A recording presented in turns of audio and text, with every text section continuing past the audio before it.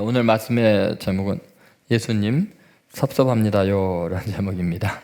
예수님, 여러분 이 제목 들으면서 웃는 이유는 어떻게 내 심정을 그렇게 표현하셨을까?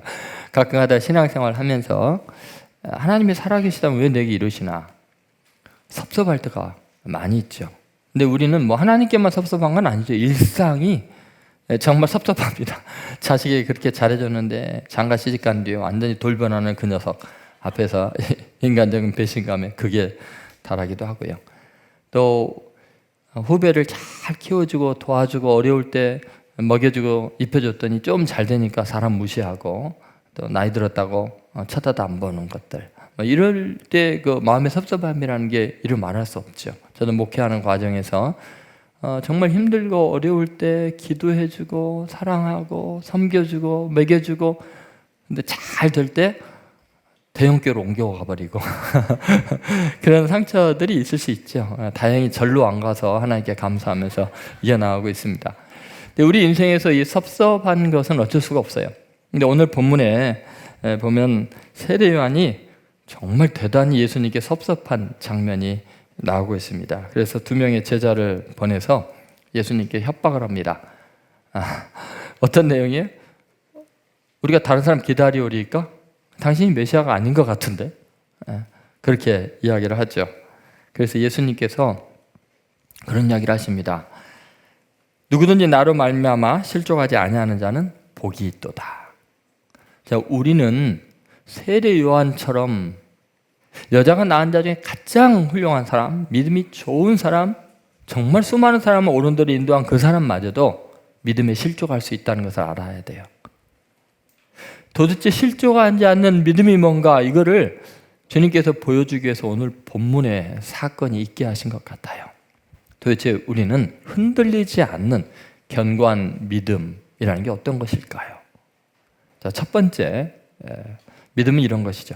상황 초월적 믿음입니다. 한번 따라해보세요. 상황 초월적 믿음. 그럼 믿음이라는 것은 자신의 상태를 초연할 때 진짜 믿음인 거예요. 그럼 왜 세례 요한은 예수님이 오실 그이인지 제자들을 보내서 다시 확인을 할까요? 사실 예수님이 이 땅에 오실 메시아인 걸 최초로 증거한, 그리고 고백한 사람이 세례 요한 아닙니까? 요한복음 1장 29절에 보라, 세상 죄를 지고 간 하나님의 어린 양이로다 하면서 예수님을 증거했던 사람이에요. 그런데 갑자기 어느 순간부터 왜 당신이 그 오실 메시아 맞습니까? 라는 의심이 들까요? 왜 흔들릴까요? 왜 그럴까요, 여러분?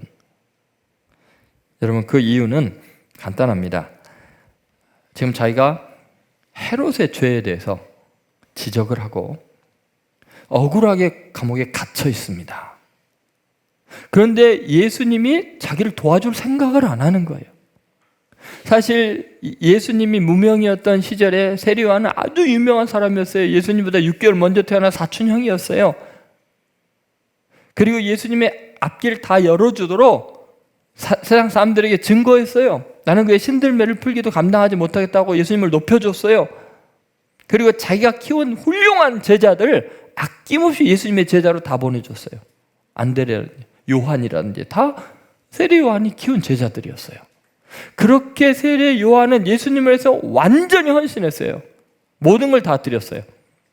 그리고 정의를 외치기 위해서 헤롯이 불의한 결혼 생활을 하고 악을 행하는 것에 대해서 책망한, 하나님의 말씀을 대언했다는 이유만으로 감옥에 갇혀서 고통을 겪고 있어요.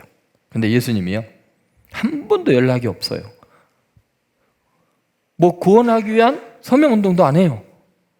도대체 관심이 없어요. 메시아 맞아? 어떻게 내 상황이 이 지경이 됐는데 나한테 이렇게 관심이 없어? 예수님은 자기 하는 일만 열심히 하시는 거예요. 그냥 하나님 나라 복음만 전하는 거예요. 여러분, 우리 믿음의 근거가 자신의 입장에 근거한 것인지 아니면 진리에 서 있는 건지 잘 한번 생각해 보셔야 합니다. 세례 요한과 같은 오류에 빠지기 쉬운 존재들이 우리들이죠. 열심히 신앙생활했어요. 교회를 위해서 충성을 다했어요. 코로나 기간에도 목숨을 걸고 예배를 드렸어요. 그런데 내 몸이 망가지고 있고 사업은 안 믿는 사람들이랑 똑같이 더 어려워지는 형편에 있고 자식들이 고통을 겪고 있고 사랑하는 사람들은 떠나가고 배신당하고 그런 일을 겪게 되잖아요. 그런데 하나님은 침묵하시잖아요. 내 열심에 비해서, 내가 헌신한 것에 비해서 하나님은 내게 너무 무관심한 것 같잖아요. 그러면 갑자기 자기가 객관적으로 믿었던 진리의 말씀보다도 내 상황이 믿음을 흔들리게 합니다. 어떻게 이럴 수가 있지? 여러분, 우리는요, 하나님에 대한 믿음을 내 상황의 여부에 따라서 결정하고 있는지, 아니면 하나님은 절대적인 진리이시고 나는 그 진리의 말씀을 따라서 하나님을 믿고 있는지 잘 생각해 봐야 합니다. 기독교 신앙이라는 게 뭡니까? 만약에 하나님의 진리를 가변적으로 생각한다면 큰 오산입니다. 여러분, 우리의 믿음의 근거는 결코 내 복의 여부에 따라 달라지는 게 아니에요. 믿음은 상황을 초월한 것이 믿음인 거예요. 다니엘의 세 친구 보세요. 풀무불에 던져지는 상황에서 하나님을 향한 믿음을 지켰죠. 어떻게 지켰습니까, 여러분? 정말 상황을 완전히 초월한 그 믿음을 한번 생각해 보세요. 이렇게 이야기죠. 왕이요, 우리가 섬기는 하나님이 계시다면 우리를 맹렬히 타는 풀무 가운데에서 능히 건져내시겠고 왕의 손에서도 건져내시리이다.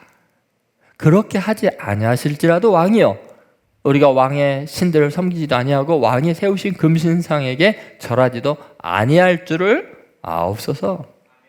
하나님이 계시면 나를 왕의 손에서 건져내겠지만 그리 아니하실지라도 우리는 다른 거 섬기지 않겠습니다. 여전히 하나님은 나의 하나님입니다. 내가 풀무불에 타 죽을지라도 하나님이 살아계신 거, 그것과 무슨 상관입니까? 여러분,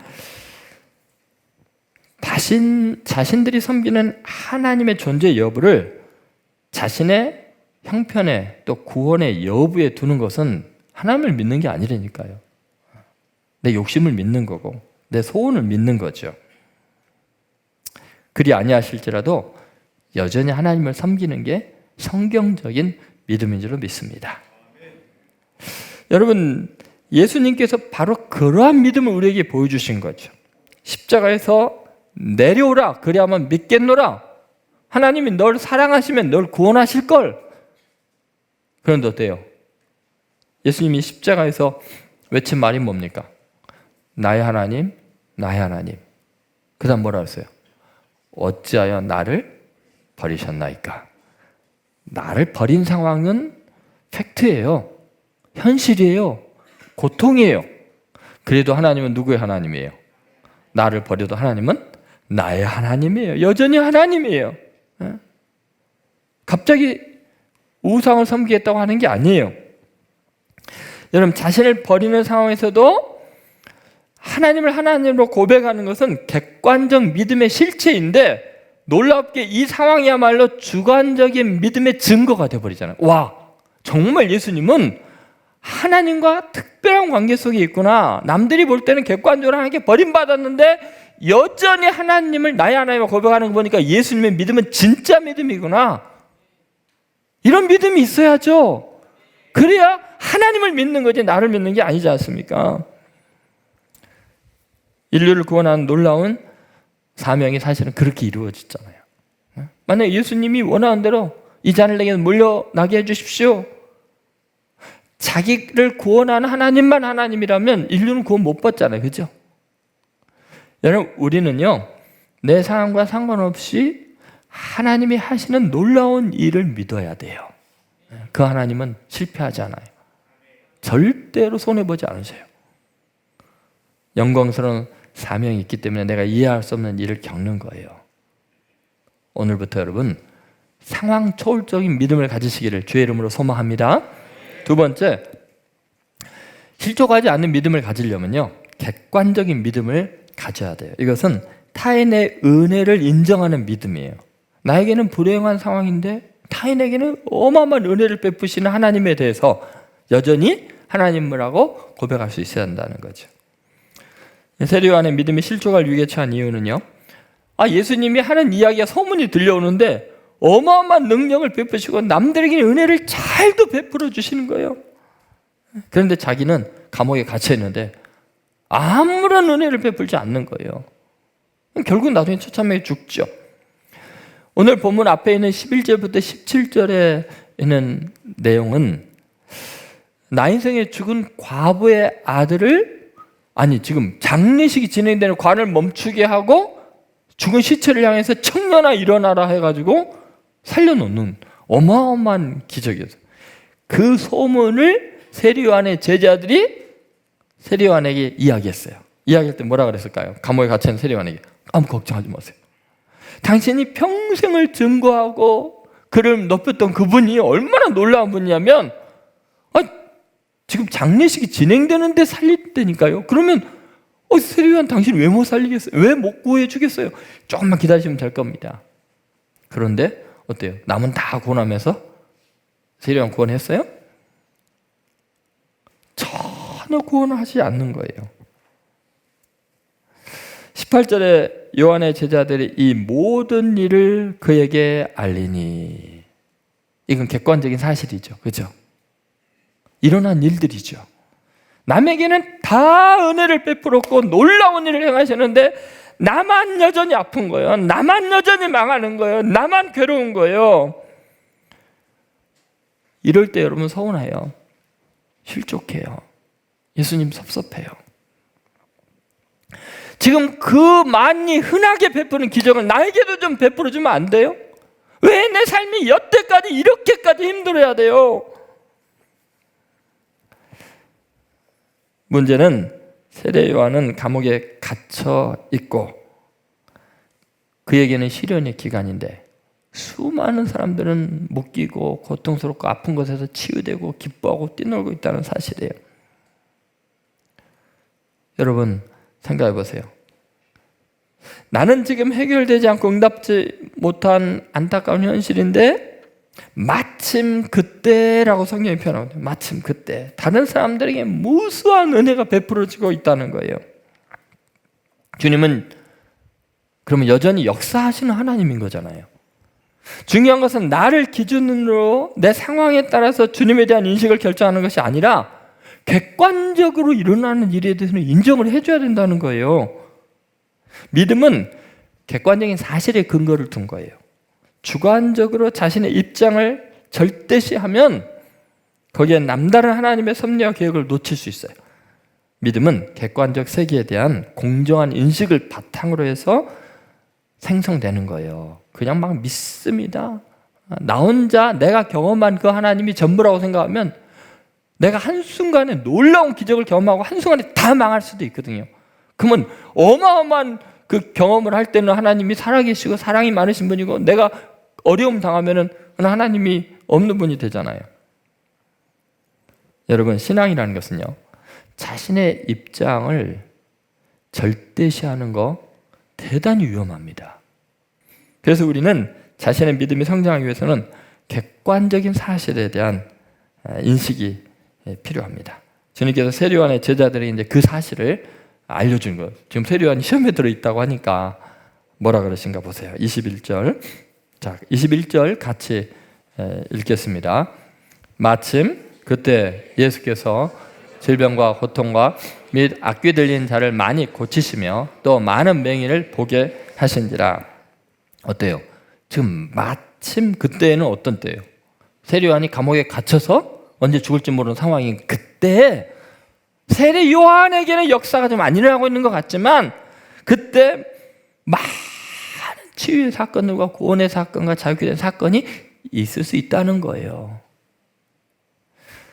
그래서 그의 근거에서 요한의 믿음이 다시 회복되기를 바라서 예수님이 이 말씀을 하셔요. 그 다음에 22절 보시죠. 22절 예수께서 대답하여 이르시되 너희가 가서 보고 들은 것을 요한에게 알리되 맹인이 보며 못 걷는 사람이 걸으며 나병한 자가 깨끗함을 받으며 귀먹은 사람이 들으며 죽은 자가 살아나며 가난한 자에게 복음이 전파된다 하라. 무슨 말이에요? 야, 너 구원 안 하시는 하나님이라고 없는 것 같고 무능한 거 아니야? 봐라. 너에게는 지금 이 일이 일어나고 있지만 수많은 사람들이 하나님의 은혜를 경험하고 있다. 저는 여러분들이 정말 멋진 그리스도인이 되기를 바라요. 세상에 찌찌하게 일어나는 사건 때문에 내가 뭐 다른 사람한테 억울한 일 당한 것 때문에 뭐 이렇게 흔들리고 저렇게 흔들리고 그런 신앙이 되지 마세요. 세상이 내게 어찌하리요.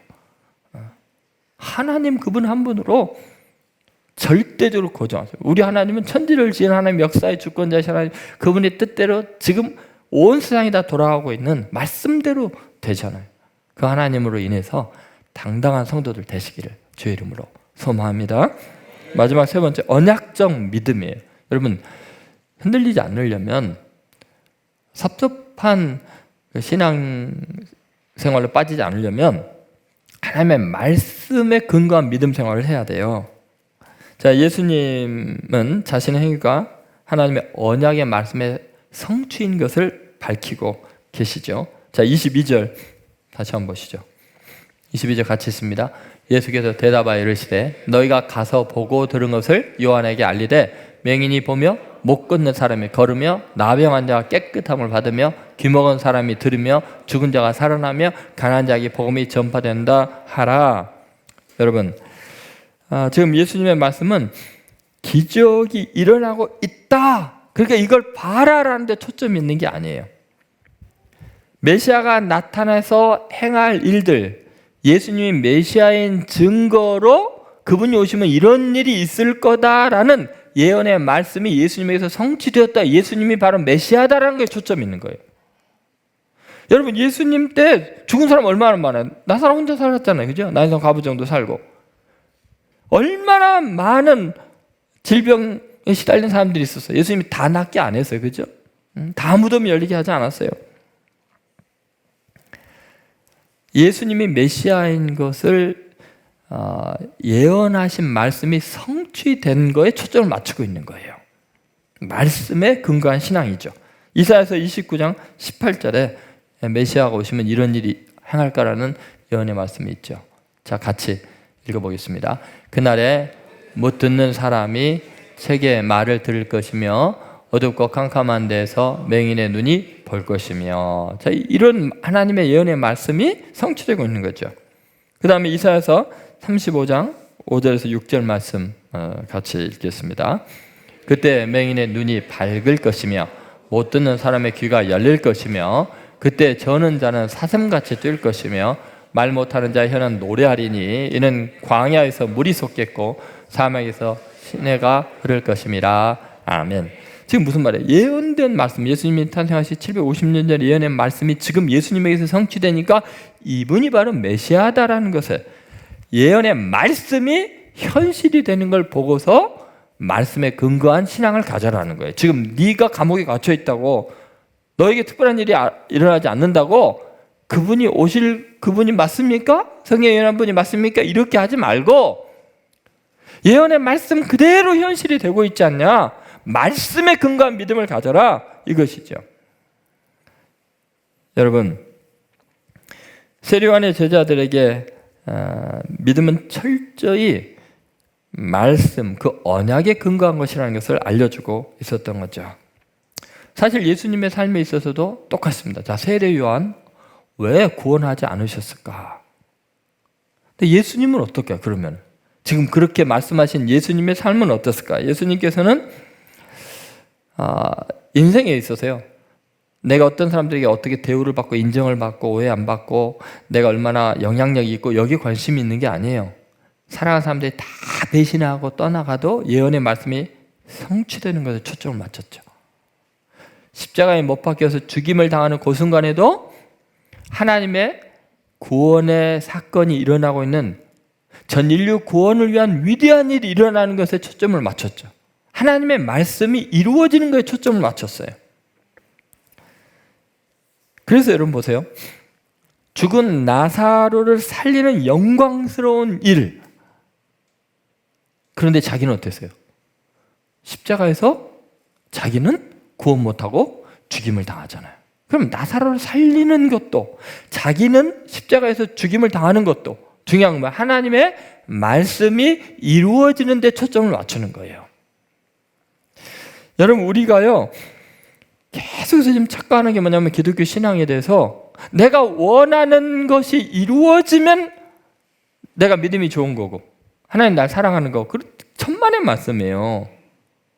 성경의 말씀이 어떻게 응하고 있는가?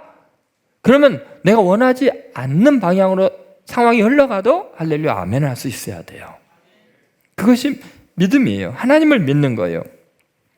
여러분 사실 세례요한의 이제 입장을 가만히 생각해 보면요, 예수님의 길을 예비하고 그렇게 예수님을 사랑하고 예수님을 높였던 세례요한의 입장에서 너무 비참한 죽임을 당하거든요. 여자아이의 춤값으로 그 위대한 선지자가, 하나님의 사람이 목이 잘려서 쟁반에서 비참하게 죽임을 당하고 버림을 당합니다. 사실 하나님이 원하시면 얼마든지 살릴 수 있거든요. 예를 들어서 베드로 같은 경우에 감옥에 갇혔는데 그 앞에 야고보는 어때요? 죽임을 당했어요. 근데 베드로는 천사가 나타나서 옥문을 열고 구원해 줬어요. 어떤 사람은 하나님이 기적을 베풀어 살려주기도 하고 어떤 사람은 똑같은 상황인데 죽임을 당하기도 해요. 자, 세례 요한은 자기 운명이 다 돼가고 있을 때 무슨 생각했을까요? 하나님, 왜 나에게는 이런 일이 있어야 될까요? 어떻게 대답을 하나님은 하실까요? 예수님께서 아까 말씀하신 대로 십자가 위에서 사실은 세례 요한의 그 상황과 똑같은, 아니면 더 아픔을 경험하죠. 나의 하나님, 나의 하나님 어찌하여 나를 버리셨나이까. 시편의 22편에 있는 말씀을 그대로 고백합니다. 여러분 다시 한번 우리의 신앙이 어디에 근거해야 되는가 한번 생각해 보십시오. 이해할 수 없고 섭섭한 것 같은데 하나님은 더 섭섭하실 것 같은데, 야, 너 그렇게 섭섭하면서 내가 너 위해서 내 아들 외면하고 희생하면서 너 구원하려고 했을 때 너는 그거에 대해서 믿지도 않고 그거에 대해서는 미안해하지도 않으면서 네한테 조그만 일 있고 몸 좀 아프고 뭐 이렇다고 경제를 어려워진다고 네가 섭섭하면 나는 너희들한테 얼마나 섭섭하겠냐 그럴 거 아니에요. 오늘 여러분 어떤 상황에서도 우리는 하나님 앞에 섭섭하면 안 돼요. 입이 10개 있어도 말 못해요. 그래서 어떤 상황에도 실족하지 않는 믿음의 사람들이 되기를 바랍니다. 그래서 첫 번째는 뭐예요? 상황 초월적인 믿음이에요. 내 상황에 따라서 하나님의 여부가 결정되는 게 아니에요. 기독교적인 믿음은. 두 번째는 뭐예요? 객관적인 믿음이에요. 다른 사람에게 은혜 베푸는 것을 인정해야 돼요. 나한테는 은혜를 안 베푼 것 같아도. 근데 반대 상황도 또 있거든요. 세 번째는 뭐예요? 언약적 믿음이에요. 말씀에 근거해서 우리가 믿는 거지 내 상황에 따라서 믿는 게 아니에요. 저는 오늘 우리 예수뿐인 교회 성도 여러분들의 믿음이 정말 흔들리지 않는 믿음 되기를 바랍니다. 이제 쓸데없이 뭐 섭섭하니요, 뭐 그냥 나를 못 알아주니 그런 소리 하지 마세요. 제일 섭섭할 분은 딱 한 분이죠. 하나님이죠. 하나님. 오늘부터 흔들지 않는 믿음으로 승리하는 성도들 되시기를 주의 이름으로 소망합니다.